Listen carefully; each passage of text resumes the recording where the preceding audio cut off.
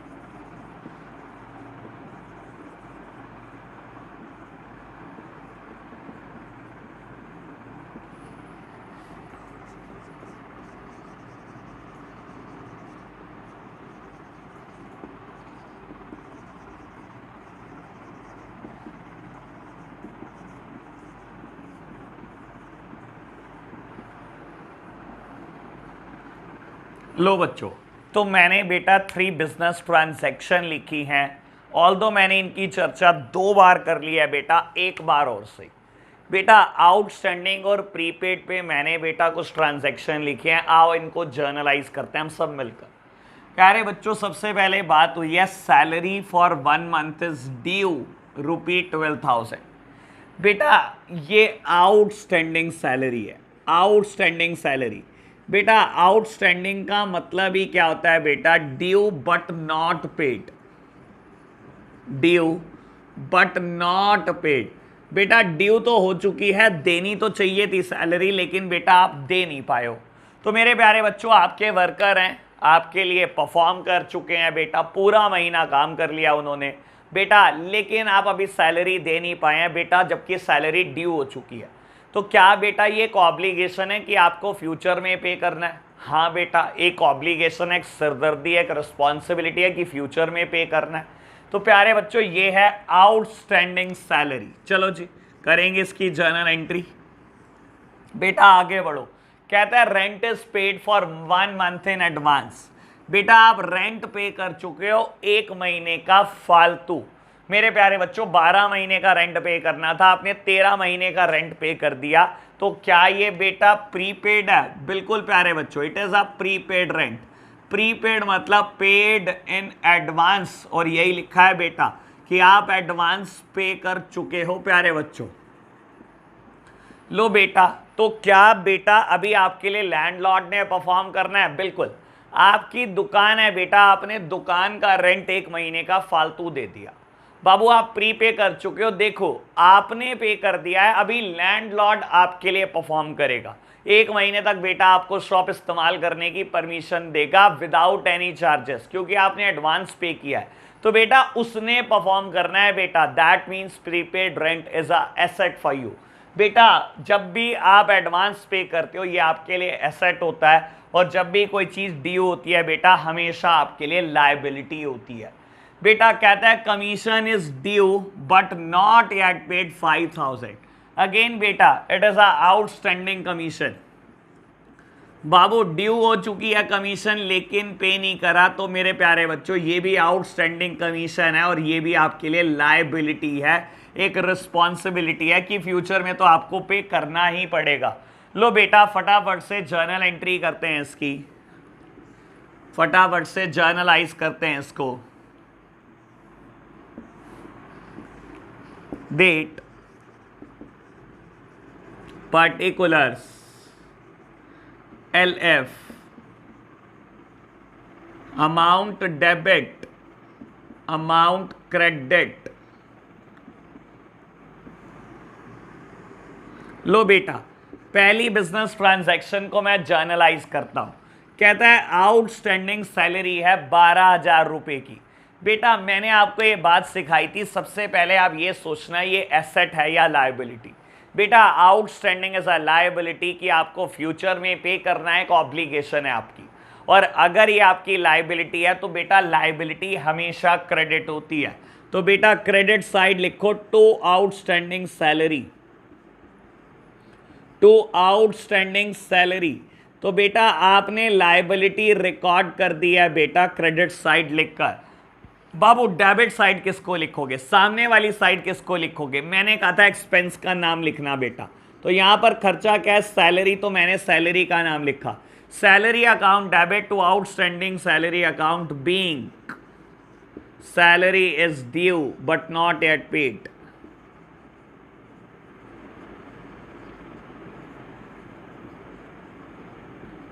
लो बेटा कितनी अमाउंट है बाबू, 12,000 रुपीज अमाउंट है, 12,000 रुपये अमाउंट है। लो बेटा बढ़ते हैं आगे, आगे बढ़ो बेटा। बाबू सेकेंड वन बोलता है प्रीपेड रेंट है बेटा, और जब प्रीपेड है आपने एडवांस पे किया हुआ है बेटा, ये आपके लिए एसेट है, एसेट है तो बेटा डेबिट कर दो। लो बेटा मैंने प्रीपेड रेंट को डेबिट कर दिया है, प्रीपेड रेंट अकाउंट डेबिट। बाबू प्रीपेड रेंट को डेबिट कर दिया है, अब क्या करूं, सामने वाली साइड क्या लिखूं? मैंने आपको बताया था बच्चों एक्सपेंस का नाम लिखना पड़ेगा आपको, तो बेटा मैंने एक्सपेंस का नाम लिख दिया to rent being rent is paid in advance, being rent is paid in advance. लो बच्चों हम कर चुके हैं इसकी बात, अमाउंटेड टू रुपीज 13,000। लो बेटा third one, third journal entry बेटा बोलता है आउटस्टैंडिंग कमीशन है, बोलता है बेटा आउटस्टैंडिंग कमीशन है, commission is due but not yet paid. Outstanding commission है बेटा, outstanding is a liability for us. तो मेरे प्यारे बच्चों हम क्या कर रहे हैं, इसे लायबिलिटी को क्रेडिट साइड रिकॉर्ड कर रहे हैं। To outstanding commission, to outstanding commission account debit क्या करेंगे, एक्सपेंस का नाम, मेरे प्यारे बच्चों एक्सपेंस का नाम है कमीशन, तो commission account debit to outstanding commission account. मेरे पास नरेशन और ग्रैंड टोटल की जगह नहीं है बेटा, तो आप मैनेज कर लेना, नरेशन और ग्रैंड टोटल आप लिख लेना, अमाउंटेड टू रुपीज 5,000। लो बेटा तो मेरा ये एग्जाम्पल, आज का एग्जाम्पल नंबर 1 फिनिश हो गया। मैं चर्चा को आगे बढ़ाना चाहता हूं आपके साथ साथ। लो बेटा मेरे प्यारे बच्चों बहुत आराम से चीज़ों को समझना, अब मैं स्पेशल केसेस करा रहा हूं कुछ, और यहां से बेटा लेक्चर बहुत इंपॉर्टेंट हो जाएगा। कोशिश मेरी यही है बेटा एक ही दिन में सारे स्पेशल केसेस हो जाएं, अगर नहीं भी हो पाते तो बेटा नेक्स्ट लेक्चर भी इन्हीं चीज़ों पर आने वाला है। लो बढ़ते हैं बेटा आगे। अब सुनना बेटा, अब एक बात समझने की बहुत आराम से कोशिश करो। जैसे कभी ऐसे हुआ है कि आउटस्टैंडिंग कोई एक्सपेंस है, प्रीपेड कोई एक्सपेंस है, मैंने चर्चा की है इसकी, ऐसा हो जाता है बेटा कई बार कोई खर्चा ड्यू हो चुका है लेकिन पे नहीं कर पाए आप। कई बार ऐसा हो सकता है बेटा कोई खर्चा आपको एडवांस पे करना पड़ गया। क्या ये सेम बात इनकम के साथ नहीं हो सकती कि कोई इनकम आप अर्न कर चुके हो लेकिन बेटा रिसीव नहीं हुई? क्या ये बात ऐसे इनकम के साथ नहीं हो सकती कि कोई इनकम एडवांस रिसीव हो जाए आपको? तो बेटा जैसी चीजें एक्सपेंसेस के साथ हो सकती हैं सेम वैसी चीजें बेटा इनकम के साथ भी हो सकती हैं। मेरे प्यारे बच्चों आज मेरे को इनकम पे चर्चा करनी है। लो सुनना मेरे प्यारे बच्चों, सुनो बहुत आराम से। Commission of rupees 3,000 is earned but not yet received।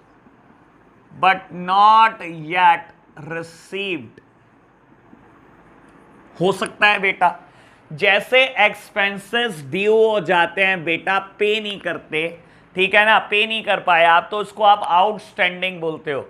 मेरे प्यारे बच्चों देखो क्या हो रहा है, कहता है कमीशन है 3,000 रुपए की, आप कमा तो चुके हो बेटा लेकिन अभी तक आपको रिसीव नहीं हुई। लेट्स सपोज कि मैं एक बात बोलता हूं बेटा, मान लो हम क्या करते हैं बेटा, जो प्रोप्राइटर है, जो बिजनेस का प्रोप्राइटर है, हम बिजनेस में बेटा बहुत सारी यूनिट को सेल्स करते हैं, बहुत सारी यूनिट बेचते हैं, बहुत सारे अलग अलग मैन्युफैक्चरर के ब्रांड बेचते हैं। लेट्स सपोज हम बेटा फुटवियर का बिजनेस करते हैं, बहुत अलग अलग मैन्युफैक्चरर के ब्रांड बेचते हैं। तो बेटा एक मैन्युफैक्चरर है फुटवियर में, लेट्स सपोज किसी का नाम ले लो बेटा, मान लो बाबू रेड टेप। मान लो रेड टेप ने बोला कि अगर आप हमारा 1 लाख रुपए का सामान बेच देते हो तो हम क्या करेंगे, आपको 3% कमीशन देंगे, यानी कि 3,000 रुपए कमीशन देंगे।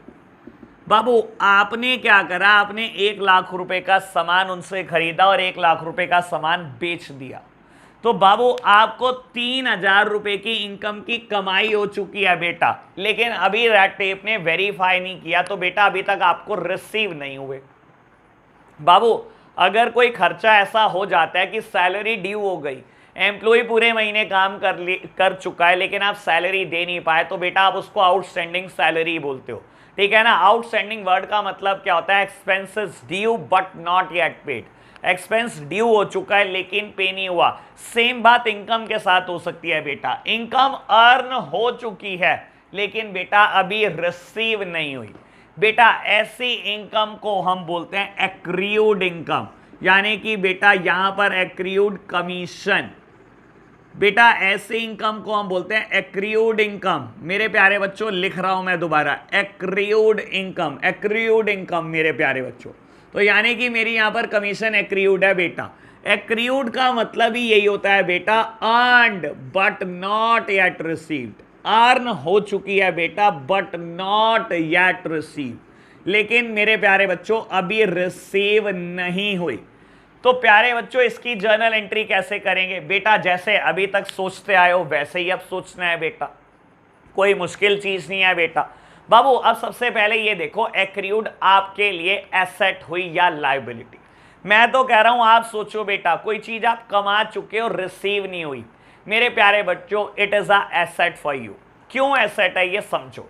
मैंने रेड टेप के लिए परफॉर्म कर चुका हूं बेटा, मैं रेड टेप के लिए जो मैंने परफॉर्म करना था मैं कर चुका हूं, मैंने 1 लाख के गुड्स बेच दिए। अब तो रेड टेप परफॉर्म करेगा और मुझे पैसे मिलेंगे फ्यूचर में।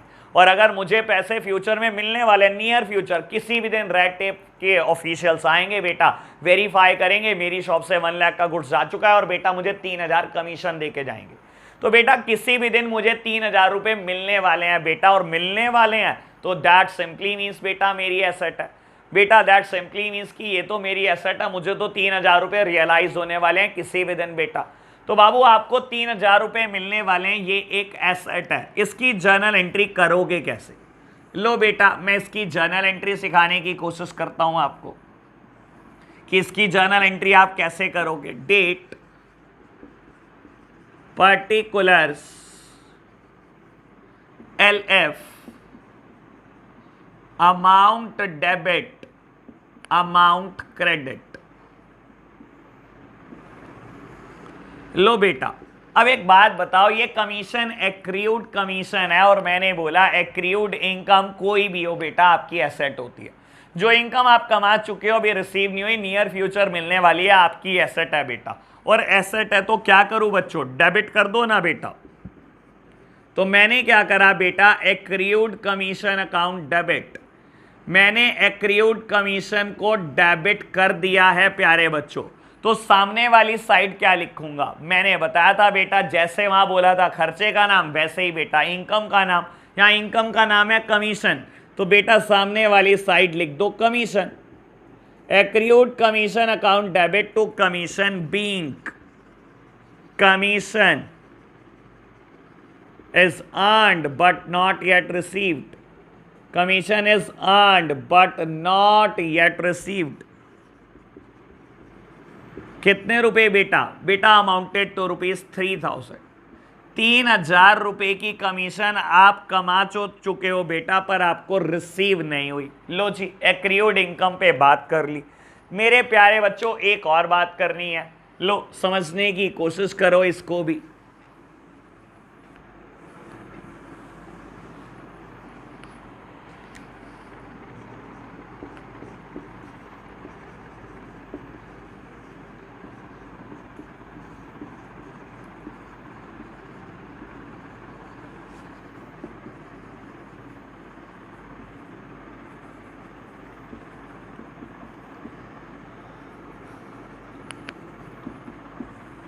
लो बेटा मैंने कुछ लिखा, बाबू जैसे खर्चे एडवांस भी पे किए जा सकते हैं वैसे इनकम भी तो एडवांस रिसीव हो सकती है।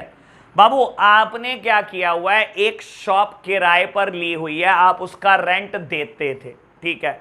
आपने एक शॉप अपनी भी किराए पे चढ़ाई हुई है बेटा, वहां से आपको रेंट आता भी है। मेरे प्यारे बच्चों हुआ क्या, कहता है rent of ₹6,000 received in advance for the next month. हुआ क्या बेटा, आपको एक महीने का रेंट एडवांस रिसीव हो गया है बेटा। बाबू जैसे आपका खर्चा ड्यू हो सकता है, आपने पे ना किया हो, वैसे ही बेटा इनकम अर्न हो सकती है, रिसीव ना हुई हो। जैसे ही बेटा आपने खर्चा एडवांस पे किया हो सकता है, वैसे ही बेटा इनकम भी एडवांस रिसीव हुई हो सकती है। तो बेटा ऐसी इनकम को क्या बोलते हैं जो एडवांस में रिसीव हो जाती है, बेटा ऐसी इनकम को बोलते हैं अनएक्रूड इनकम। अनएक्रूड इनकम दैट मीन्स बेटा यहां पर बेटा अनएक्रूड रेंट है बेटा, अनएक्रूड रेंट। बेटा रेंट क्या है, अनएक्रूड है, यानी कि बेटा एडवांस रिसीव हो चुका। तो बेटा एडवांस रिसीव हो चुका है मेरे को रेंट, ये मेरे लिए एसेट होगी या लाइबिलिटी, बेटा it is a liability for you.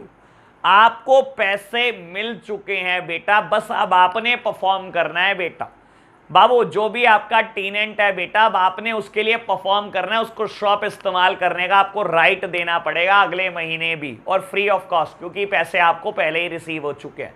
तो बेटा आपने परफॉर्म करना है अभी अपने टेनेंट के लिए, वो परफॉर्म कर चुका है, it is a liability for you बेटा, unaccrued rent is a liability for you. और अगर मेरे प्यारे बच्चों आपके लिए लायबिलिटी है तो लायबिलिटी हमेशा क्रेडिट होती है बेटा।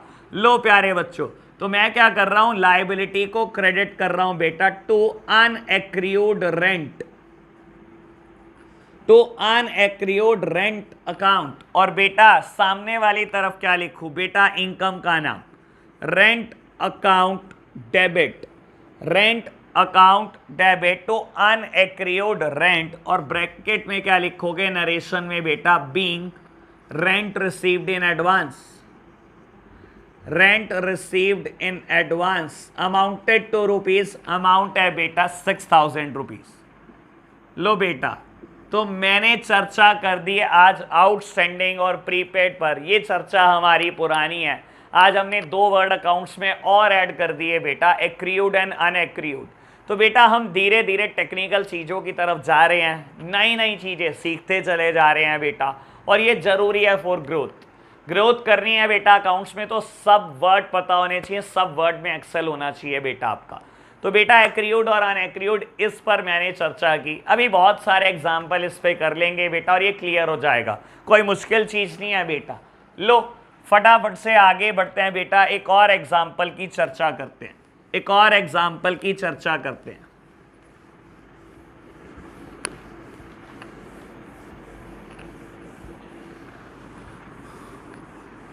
आज का बेटा एग्जाम्पल नंबर 2, सारे स्पेशल केसेस होने वाले हैं बेटा आज, तगड़े तगड़े।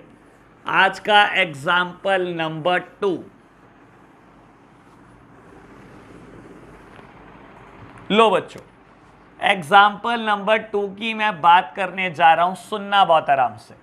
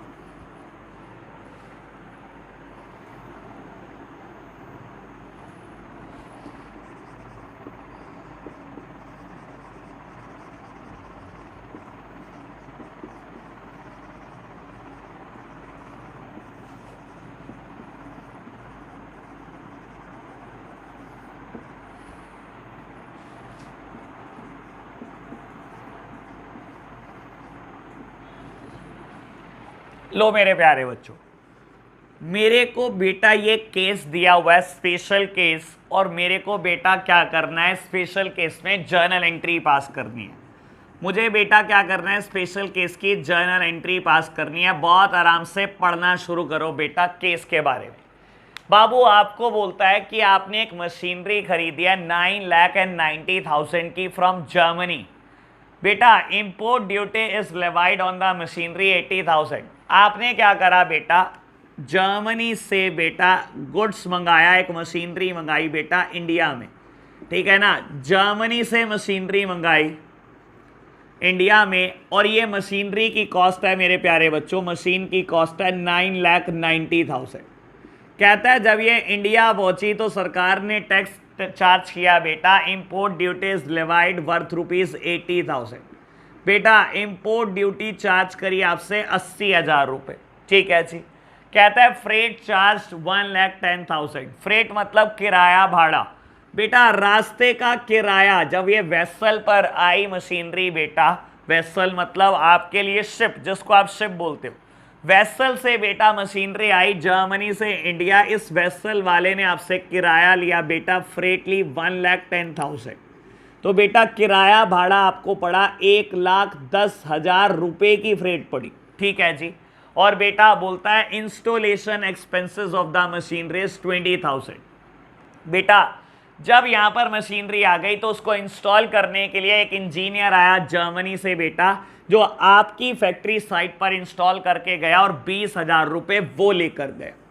मेरे प्यारे बच्चों कहता है जर्नल एंट्री करो। देखो मैं आपको एक सिंपल सी बात बोलता हूं बेटा, अभी आपको तो लग रहा होगा बेटा मशीनरी परचेस करी है, मशीनरी एक एसेट है, रियल अकाउंट का रूल लगाओ, debit what comes in, debit कर दो बेटा जो आया, मशीन आई है डेबिट कर दो टू कैश। आप सोच रहे होंगे बेटा मैं 990 से क्या कर देता हूं बाबू, डेबिट कर देता हूं, और आप सोच रहे होंगे ये बाकी सब खर्चे हैं, फ्रेट भी खर्चा है बेटा, इंपोर्ट ड्यूटी भी खर्चा है बेटा, और इंस्टॉलेशन एक्सपेंस भी खर्चा है। मेरे प्यारे बच्चों ये सही मायने में खर्चा नहीं है। देखो नॉर्मल केस में freight is a expense, normal case में import duty is also a expense, और नॉर्मल केस में बेटा installation charges is also a expense. लेकिन बेटा एक बात को समझने की कोशिश करो आप, देखो बेटा जब तक मशीनरी पुट टू यूज नहीं हो जाती, जब तक मशीनरी इस्तेमाल के लिए रेडी नहीं हो जाती, बेटा जितने भी आप खर्चे करते हो वो सब मशीन का ही पार्ट होते हैं बेटा। आप खुद सोचो, अगर आपसे कोई पूछे कि मशीन आपको कितने की पड़ी, तो आप ये कहोगे 9,90,000 रुपए की पड़ी? नहीं प्यारे बच्चों, आप में से कोई भी नहीं कहने का कि मशीन 9,90,000 रुपए की पड़ी। बेटा मशीन 9,90,000 की आपने खरीदी, सरकार ने 80,000 रुपीज आपसे चार्ज करे, ठीक है ना, एज अ इंपोर्ट ड्यूटी, ठीक है जी बेटा। बाबू फ्रेट किराया भाड़ा लग गया रास्ते में 1,10,000 रुपए, आपने वो भी दिए, और इंजीनियर इंस्टॉल करने आया बेटा, आपने 20,000 रुपए वो भी दिए। मेरे प्यारे बच्चों आप कहोगे मुझे मशीनरी 12 लाख रुपए की पड़ी, सारे खर्चे मशीन के है बेटा। बाबू मशीनरी इंस्टॉलेशन के बाद इस्तेमाल के लिए रेडी होती है, सुन लो, मशीनरी इंस्टॉलेशन के बाद इस्तेमाल के लिए रेडी होती है बेटा। बाबू 9,90,000 की आपने जर्मनी में पेमेंट करी बेटा मशीन खरीदने की, 80,000 इंडिया पहुंचते ही बेटा सरकार ने ले लिए, 1,10,000 बेटा वेसल वाले ने आपसे चार्ज कर लिए, और बेटा 20,000 रुपए जर्मनी से जो इंजीनियर आया इंस्टॉल करके गया आपकी साइट पर वो ले गया। आपको मशीनरी बेटा आज इंस्टॉलेशन के बाद पुट टू यूज हुई बेटा, आज इस्तेमाल के लिए रेडी हुई। जब तक मशीनरी इस्तेमाल के लिए रेडी नहीं हो जाती, पिछले सारे खर्चे बेटा मशीनरी का ही पार्ट है बेटा। बाबू कोई भी एसेट हो, जब तक पुट टू यूज नहीं हो जाती, जब तक इस्तेमाल के लिए रेडी नहीं हो जाती, तो बेटा वो सारे के सारे खर्चे जो उसको आपने इस्तेमाल के लिए रेडी करने की कोशिश की है, तो बेटा वो सारे खर्चे उस एसेट का पार्ट होते हैं। तो मेरे प्यारे बच्चों मशीनरी कोई 9,90,000 की नहीं है, मशीनरी आपको 12 लाख की पड़ी है बेटा। तो आपने सिर्फ एक जर्नल एंट्री पास करनी है इस केस में बेटा। मशीनरी क्या होती है? एसेट, एसेट बेटा real account, debit what comes इन, जो आ रहा है बेटा डेबिट कर दो। क्या आ रहा है बेटा? मशीनरी आ रही है बेटा, करो डेबिट। लो मैं जर्नल एंट्री पास करके दिखाता हूं बेटा, मैं जर्नल एंट्री पास करके दिखाता हूं बच्चों।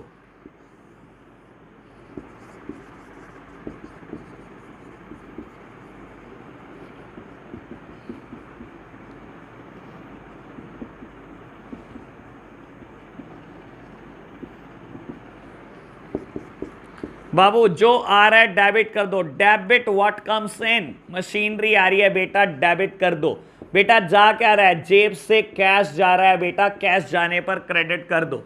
Being machinery purchased and installed, being machinery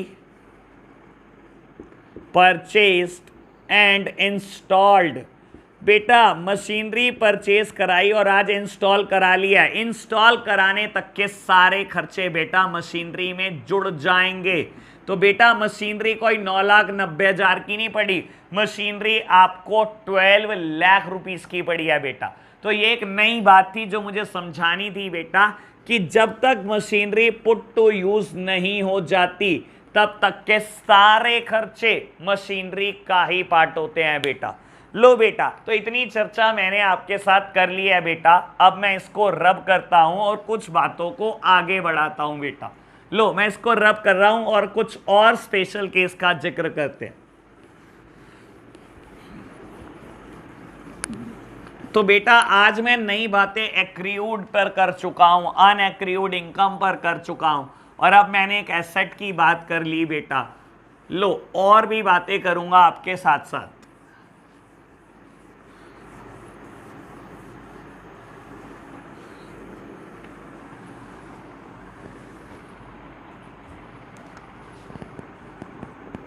example number शायद 3 होगा बेटा आज का। लो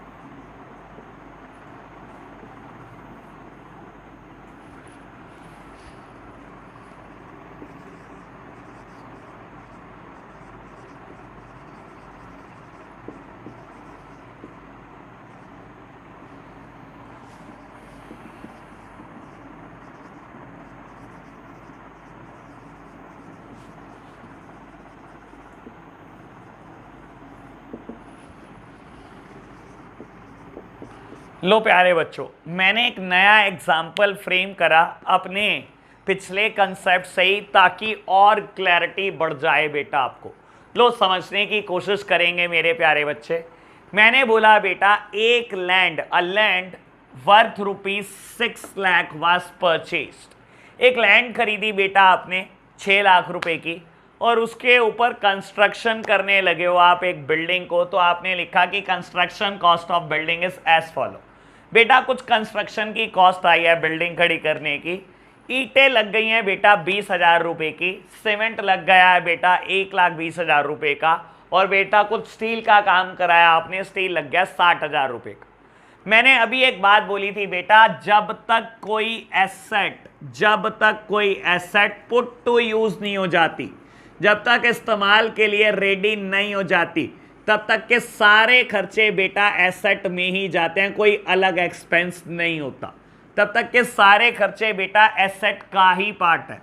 आप खुद सोचो बेटा, आपने एक लैंड खरीदी, क्या ये रेडी टू यूज है बेटा? क्या अब इस्तेमाल के लिए रेडी है? क्या दुकान बन जाएगी आपकी? कोई बिल्डिंग बन चुकी है आपकी? नहीं बेटा, it is a mayor land. Land थी बेटा 6 लाख रुपए की, आपने ईंट लगाई, सीमेंट लगाया, स्टील लगाया, अब बिल्डिंग बनी बेटा। बिल्डिंग जब बनी तब तक के सारे खर्चे, सारे के सारे खर्चे बेटा बिल्डिंग में ही जाएंगे बेटा, एसेट में ही जाएंगे।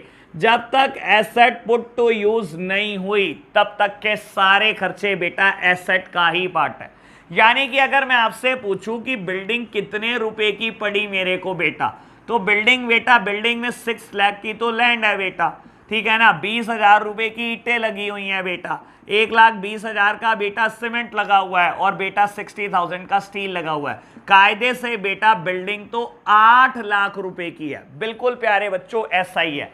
जब तक एसेट पुट टू यूज नहीं हो जाती, जब तक एसेट इस्तेमाल के लिए रेडी नहीं हो जाती, तब तक के सारे खर्चे बेटा एसेट्स में ही जाते हैं। तो ये था बेटा मेरा पहली जर्नल एंट्री पे एनालिसिस। दूसरी पे करेंगे बेटा, पहले पहली की बात खत्म करते हैं। लो बेटा, तो मैं बेटा जर्नलाइज कर रहा हूं इसको। मैंने लिखा date, particulars, ledger folio, amount debit, amount credit. लो बेटा, जर्नलाइज कर रहा हूं बेटा इसको। बाबू अब सिंपल सी बात है, बिल्डिंग क्या है? एक एसेट। एसेट पे रूल रखते हैं बेटा रियल अकाउंट के, जो क्या कहता है? डेबिट व्हाट कम्स इन। जो आ रहा है प्यारे बच्चों उसको डेबिट कर दो। तो मेरे प्यारे बच्चों, मेरे बिजनेस में बिल्डिंग आ रही है, मैं डेबिट कर दूंगा। Building account debit, building account debit to, मेरे प्यारे बच्चों कैश जा रहा है जेब से, तो बेटा कैश क्रेडिट कर दूंगा। Being land purchased and building constructed. बेटा आपने लैंड परचेज करके बिल्डिंग को कंस्ट्रक्ट किया है बेटा, तो आपको बिल्डिंग की कॉस्ट आई है बेटा 8 लाख रुपीस। जब तक बिल्डिंग पुट टू यूज नहीं हो गई तब तक के सारे खर्चे बेटा बिल्डिंग में ही जाएंगे।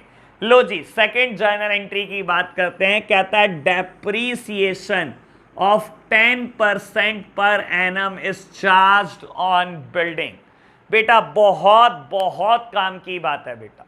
बाबू डेप्रीसिएशन पे थ्योरेटिकली मैंने बहुत चर्चा की है, आज प्रैक्टिकली एक बात करने जा रहा हूं। जर्नल एंट्री पहली बार डिस्कस हो रही है इसकी।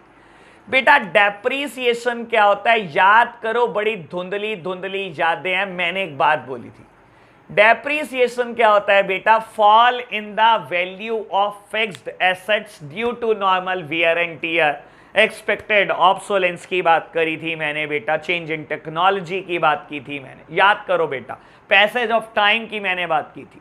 बेटा डेप्रीसिएशन क्या होता है? एसेट का इस्तेमाल करने पर बेटा एसेट की वैल्यू कम होनी शुरू हो जाती है बेटा, उसे ही डेप्रीसिएशन बोलते हैं। मैं कोई भी एसेट ले लो, अगर मैं उसका इस्तेमाल करता जाता हूं उसकी वैल्यू गिरती जाती है बेटा। मैं बोलता हूं आपने अपने घर की कंस्ट्रक्शन करी, 25 लाख रुपए लगाए और 2 साल आप उस घर में रह चुके हो बेटा, होगा पता है क्या बेटा? कभी भी कोई कंस्ट्रक्शन के पैसे पूरे नहीं देगा, हमेशा बेटा लैंड के पैसे ज्यादा मिलते हैं बेटा। बिल्डिंग के पैसे तो हमेशा ही कम मिलते हैं बेटा। लैंड के अगर पैसे ज्यादा मिल भी गए तो लोग कहेंगे ये तो सर पुरानी कंस्ट्रक्शन है, 2 साल पुरानी है, टूट फूट हो गई, आप रह रहे थे, दरवाजा घिस गया, फर्श घिस गया, ये हो गया, टाइल टूट गई, ये हो गया, वो हो गया। मेरे प्यारे बच्चों, जब भी हम किसी एसेट का इस्तेमाल करते हैं तो वो एसेट कहीं ना कहीं अपनी वैल्यू खोना शुरू कर देता है बेटा, उसे ही डेप्रीसिएशन कहते हैं। हमेशा एसेट का इस्तेमाल करने से बेटा एसेट की वैल्यू खोती है, फिक्स्ड एसेट्स की वैल्यू खोती है बेटा। तो डेप्रीसिएशन क्या होता है? Fall in the value of fixed assets due to normal wear and tear, expected obsolescence, passage of time. बाबू ये चर्चा मैंने पहले भी की थी आपके साथ। ये कहता है 10% बिल्डिंग पे डेप्रीसिएशन लगाना है, यानी कि बेटा 10% से बिल्डिंग की वैल्यू कम हो गई है बेटा। बाबू बहुत आराम से सोचते चलो, मुझे डेप्रीसिएशन चार्ज करना है बेटा बिल्डिंग पे 10%। अब ये 2 अकाउंट पर इफेक्ट डालेगा, एक डेप्रीसिएशन पर और बेटा दूसरा बिल्डिंग पर। बिल्डिंग एक एसेट है बेटा, इसका रूल देखो रियल अकाउंट का, डेबिट व्हाट कम्स इन। आ रही है तो डेबिट कर दो, क्रेडिट व्हाट गोज आउट। अगर जा रही है बेटा तो क्रेडिट कर दो। बेटा यहाँ बिल्डिंग कम हो रही है, अगर मैं उसका इस्तेमाल कर रहा हूं बेटा तो बिल्डिंग की वैल्यू कम हो रही है, कहीं ना कहीं वो अपनी वैल्यू खो रही है, और ये क्या कहता है, क्रेडिट व्हाट गोज आउट। अगर बेटा बिल्डिंग की वैल्यू कम हो रही है, कुछ चीज जा रही है बेटा, तो उसको कम कर दो, उसको क्रेडिट कर दो मेरे प्यारे बच्चों। तो यानी कि ये तो बोलता है बिल्डिंग को क्रेडिट कर दो। Depreciation is a expense for business, ये तो बाबू बिजनेस का खर्चा है बेटा। और आपको पता है बेटा रूल क्या है नॉमिनल अकाउंट के, नॉमिनल अकाउंट कहता है debit all the expenses and losses. बेटा depreciation is a normal business expense, ये बिजनेस के लिए खर्चा है। बिजनेस में मैं बहुत सारी एसेट यूज करता रहता हूं, just like plant and machinery, furniture, fixtures, buildings, तो बेटा कहीं ना कहीं अपनी वैल्यू खत्म करते चले जाते हैं। अगर मैं मशीनरी का रोज इस्तेमाल कर रहा हूं बेटा, मेरी ऑर्गेनाइजेशन में 50 मशीनरी है, तो कहीं ना कहीं बेटा मशीनरी की वैल्यू रोज गिर रही है बेटा। जब फिक्स एसेट्स इस्तेमाल होंगी बेटा, कहीं ना कहीं उनकी वैल्यू गिरती चली जाएगी। तो डेप्रीसिएशन बिजनेस में एक नॉर्मल होने वाला खर्चा है बेटा। तो बाबू बाकी सारे खर्चों की तरह इसके ऊपर भी नॉमिनल अकाउंट के रूल रखते हैं, और ये कहता है डेबिट ऑल द एक्सपेंसेस और credit all the income and gain. बेटा सारे एक्सपेंसेस, सारे लॉसेस डेबिट होते हैं, तो डेप्रीसिएशन भी डेबिट कर दो बेटा। तो मैं डेबिट कर रहा हूं डेप्रीसिएशन अकाउंट। और मेरे प्यारे बच्चों मैं आपको पहले भी बोल चुका हूं, अगर किसी चीज का इफेक्ट कम करना हो तो साइड बदल दो। बिल्डिंग थी तो 8 लाख रुपए की, लेकिन 10% इसकी वैल्यू गिर चुकी है बेटा इस्तेमाल कर करके। बेटा जब इसकी वैल्यू गिर चुकी है बेटा 10%, तो प्यारे बच्चों इसका इफेक्ट आपको कम करना है, और कम करने के लिए बेटा आपको क्रेडिट करना पड़ेगा बेटा। तो मैंने क्रेडिट कर दिया, मैंने रूल से भी समझाया, और मैंने बेटा वैसे एनालिसिस से भी समझाया।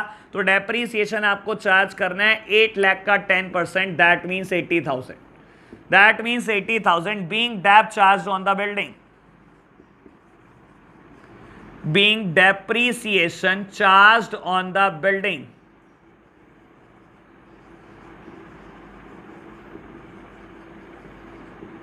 तो बेटा ये था मेरा एनालिसिस, और ये था हमारा एक और स्पेशल केस। तो यानी कि बेटा आज हमने पढ़ क्या क्या लिया है बेटा, एक और बात नहीं पढ़ेंगे आज हम। मैंने एक्रीड इनकम की बात कर ली आज नहीं, मैंने अनएक्रीड इनकम की बात कर ली ये भी नहीं, मैंने इंस्टॉलेशन ऑफ मशीन या इंस्टॉलेशन ऑफ बिल्डिंग की बात कर ली, इंस्टॉलेशन ऑफ एसेट लिख लो बेटा, इसकी भी बात नहीं कर ली आज, मैंने डेप्रीसिएशन की भी बात नहीं कर ली है बेटा। तो हमने इतनी चर्चा आज नहीं कर ली है बेटा। लो एक और बात करते हैं, नहीं या एक काम करते हैं, नई बात नहीं करते, इस पर बेस्ड एक क्वेश्चन करते हैं बेटा, एक और एग्जाम्पल फ्रेम करते हैं इन पर बेस्ड, और फिर बेटा कुछ नई बातें नेक्स्ट क्लास के लिए भी छोड़ देते हैं। लो बेटा मैं अब कोई नई बात नहीं कर रहा हूं, इन पर बेस्ड एक क्वेश्चन बना रहा हूं बेटा, बस इन पर बेस्ड एक क्वेश्चन बना रहा हूं।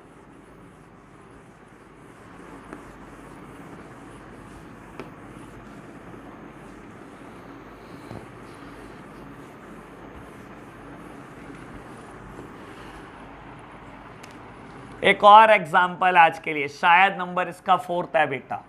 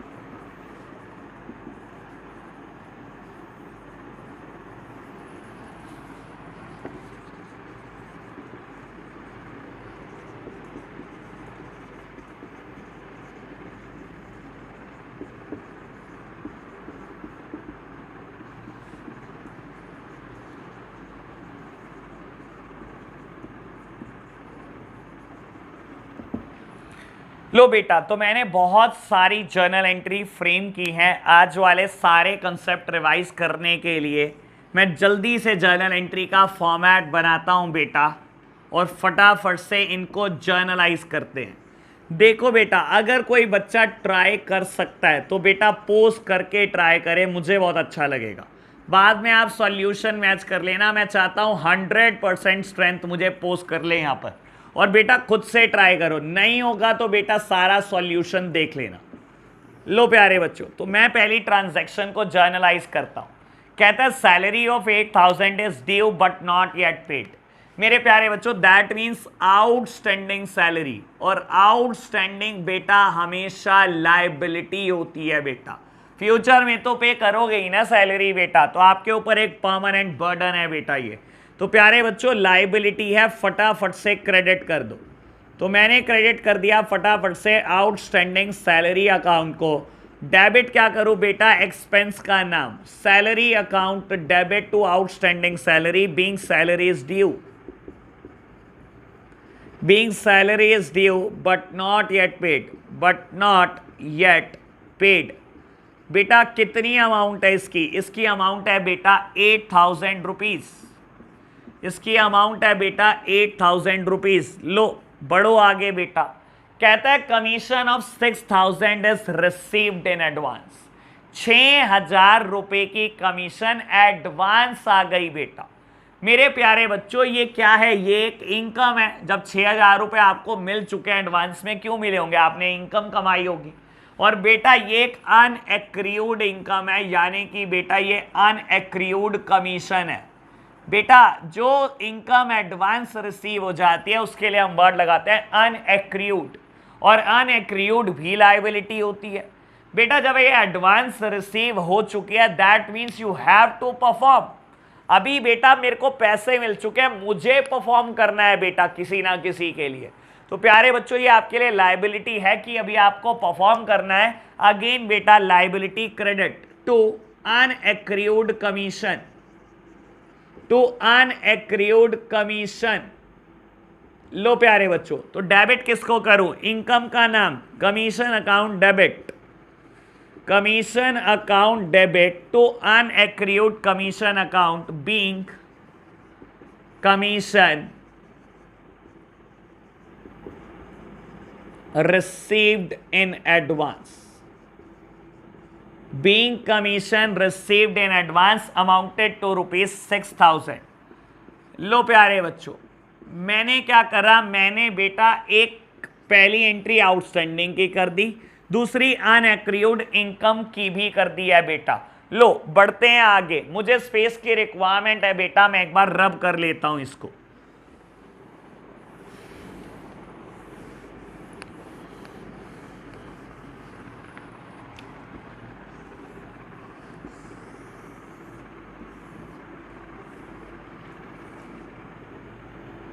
लो बच्चों, लिखता है machinery is purchase from Mumbai 7,60,000, freight किराया भाड़ा यानी कि freight charge from Mumbai to Delhi 1,20,000, carriage of ₹60,000 is also charge and the installation expenses of 10,000 is charge by the engineer. मेरे प्यारे बच्चों, आपने मुंबई से मशीनरी खरीदी, ठीक है जी बाबू, ठीक है, मुंबई से आपने मशीनरी खरीदी और आपका बिजनेस दिल्ली में है। मुझे वर्ड पढ़कर समझ आया बेटा।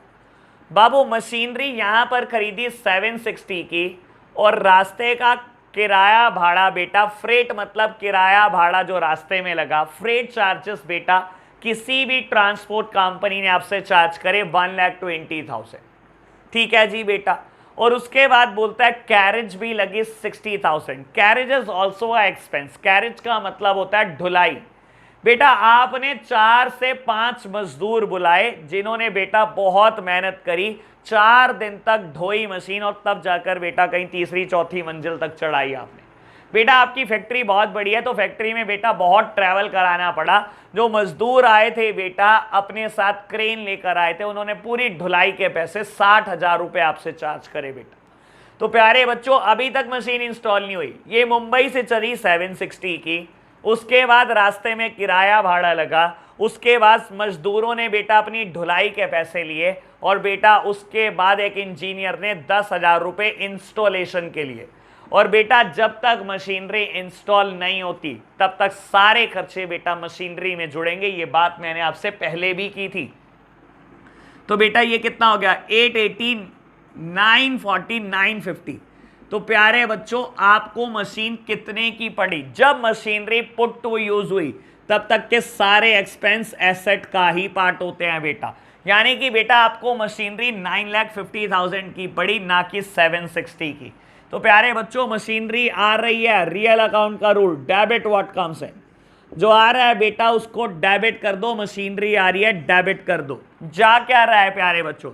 जा रहा है कैश, कर दो क्रेडिट बेटा to cash account being machinery purchased and installed, being machinery purchased and installed.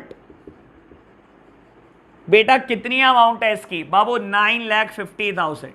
9,50,000 की मशीनरी आपने परचेज करी और आपने इंस्टॉल कराई। लो मेरे प्यारे बच्चों मैंने चिपका दिया है बेटा, मैंने नरेशन लिख दिया है बेटा इसकी। बढ़ो आगे। फोर्थ ट्रांजैक्शन कहता है dep of 20% is charge on the machinery. बेटा डेप्रीसिएशन आपको चार्ज करना है 20% ऑन मशीनरी। इसे प्यार से हम डैप बोलते हैं बेटा, डीईपी। ठीक है ना, हमेशा मैं डैप बोलूंगा, आप भी ऐसे ही बोलेंगे बेटा। डेप्रीसिएशन तो बेटा पेपर में पूरा लिख देंगे लेकिन बोलने के लिए डैप बोलेंगे। इसका निक नेम है, देखो कितना प्यारा लगता है बोलने में, डैप। ठीक है ना, बहुत प्यारा लगता है। तो बेटा इसका निक नेम है ये। कहता है डैप चार्ज करना है मशीन पे 20%, डेप्रीसिएशन चार्ज करना है। बेटा एसेट का आप इस्तेमाल कर रहे हो, इस्तेमाल करने से कहीं ना कहीं बेटा एसेट की वैल्यू खोने लगती है, कम होने लगती है। तो बेटा एसेट हमेशा डेबिट होती है, और अगर बेटा इसको कम करना हो, इसका इफेक्ट कम करना हो तो बेटा साइड बदल दो। मैंने कर दिया टू मशीनरी अकाउंट, और बाबू डेप्रीसिएशन इज अ एक्सपेंस, सारे एक्सपेंस डेबिट होते हैं। तो मैंने क्या करा बेटा, डेप्रीसिएशन को भी डेबिट कर दिया, ये एक एक्सपेंस है बिजनेस के लिए। Dep account debit to machinery being dep charge on machinery, being depreciation charge on machinery. बेटा मशीनरी यहां पर क्यों क्रेडिट हुई, आप रियल अकाउंट के रूल से भी सोच सकते हो। Debit what comes in, credit what goes out. बेटा मशीनरी कम हो रही है, क्रेडिट व्हाट गोज आउट, जो जा रहा है बेटा कम कर दो बेटा। बाबू ये कम हो रहा है बेटा, ये जा रहा है बिजनेस से, कहीं ना कहीं मशीनरी की वैल्यू खोई जा रही है बेटा, तो मुझे इसको क्रेडिट करना पड़ा। कितनी अमाउंट से बेटा? 20%। तो बेटा आप 950 का 20% निकाल लेना, इट इज 1,90,000। तो यहां पर बेटा मेरा ये एग्जाम्पल भी फिनिश हो जाता है। तो बेटा आज मैंने जितनी बातें सीखी उसका एनालिसिस भी करा दिया। आप एक काम करना, क्वेश्चन नंबर 14A ट्राई कर लेना बेटा। DK Goyal question number 14A करके आना बेटा, ये आपके लिए होमवर्क है आज के लेक्चर का। तो आज के लिए बच्चों हम इतना ही रखते हैं, बाय बाय।